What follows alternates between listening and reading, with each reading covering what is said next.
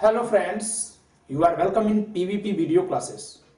I am Pankaj Kumar Tripathi going to present video number A to describe the basic structure of Code of Civil Procedure, that is called as Civil Procedure Code 1908, Act number 5 of 1908. I have classified the basic structure of the code into 4 headings. Primarily, one should go through the background of the code. These are previous codification. The second is the important dates related with the code. The third point is the preamble of code. It means the object for which it has been enacted. And fourth, that is the basic structure of code, that is contents of the code. Okay, so before the code of 1908, several codes have been passed. There are 3 codes. Okay, first was passed in 1859, the second was passed in 1877, and third was passed in 1882. The first was Act number 8 of 1859, the second was Act number 10 of 1877, and third was Act number 14 of 1882. Okay, but no one of the previous codifications fulfilled the object of Civil Procedure Code. So why in 1908 a new code has been passed as Act number 5 of 1908. It means it was passed on 21st March 1908. In the year of 1908, it was the 5th Act. Okay, so the number of this code is Act number 5. The year of passing is 1908, and the important dates, there are 2 dates. Date of passing was 21st March of 1908, and it came in force on 1st January 1909. Okay, it came in force on 1st January 1909. It fulfills the object of, it means how to know the object of the codification? Through preamble of the code. In its preamble, it provides as an act to consolidate and amend the laws relating to the procedure of the courts of civil judicature. It means the codification has been enacted, the code has been enacted to consolidate and amend. Amend means to make update the laws. Which laws? The laws relating to the procedure of the courts of civil judicature. It means courts of civil nature. It means of civil courts. It means this code is a complete codification of all the procedures to be adopted by a court of civil nature to resolve a matter before it. But it doesn't mean that any other legislation, the provisions related to court proceeding couldn't be legislated. No.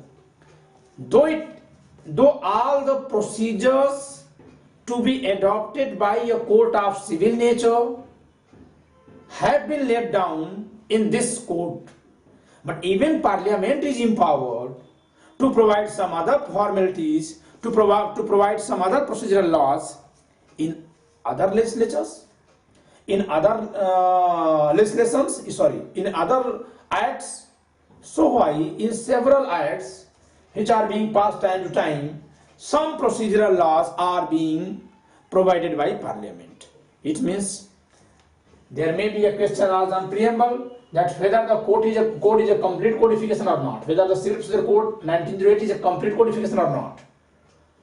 The answer would be yes, it is complete codification because it has been codified to consolidate all the laws related to Court of Civil Judicature, related to procedure of Court of Civil Judicature. So it is complete procedural law, but it doesn't pass the power of Parliament to provide further proceedings in other acts, in other courts. So there might be some part of civil procedure law in other codifications like Hindu Marriage Act, like Negotiable Instrument Act. Okay, so there may be some other codifications carrying with the provision of civil procedure law. Okay, the contents of the code.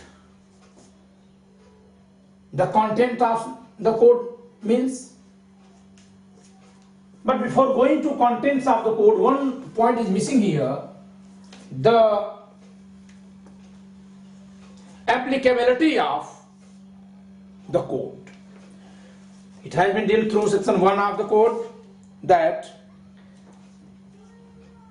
it extends to the whole of India except A and B. A, the state of Jammu and Kashmir, because of effect of provisions of Article 370 of Constitution of India. It doesn't enforce on the state of Jammu and Kashmir. And B, the state of Nagaland and the tribal areas. Why are Nagaland and the tribal areas, the code are not enforced? The provisions of code are not enforced? Because the tribal area, the people living in tribal areas have their own culture to deal their matter. So it has been thought that it would not be right to enforce the formal civil procedure law or even criminal procedure law to those people where it is not required to be enforced. Okay? Because there are no such problems being arised in those areas like the normal zone of India. Okay? So the code is not enforced because of constitutional reason on Jammu and Kashmir, state of Jammu and Kashmir, and because of cultural difference on tribal areas of India. The tribal areas of India, whole the state of Nagaland is a tribal zone. The tribal zone of India have been declared in Schedule 6 of Indian Constitution.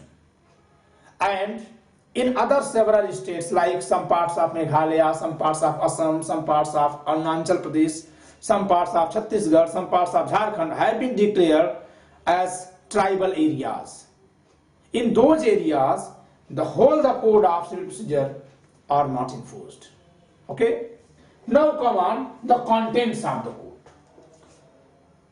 You know that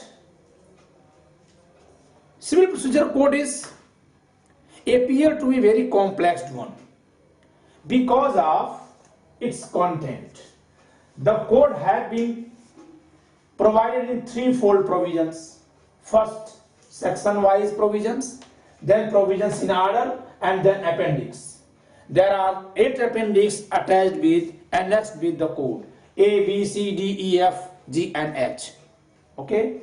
The appendix carrying the forms of several purposes. The formats are forms. Okay? These are not important for you.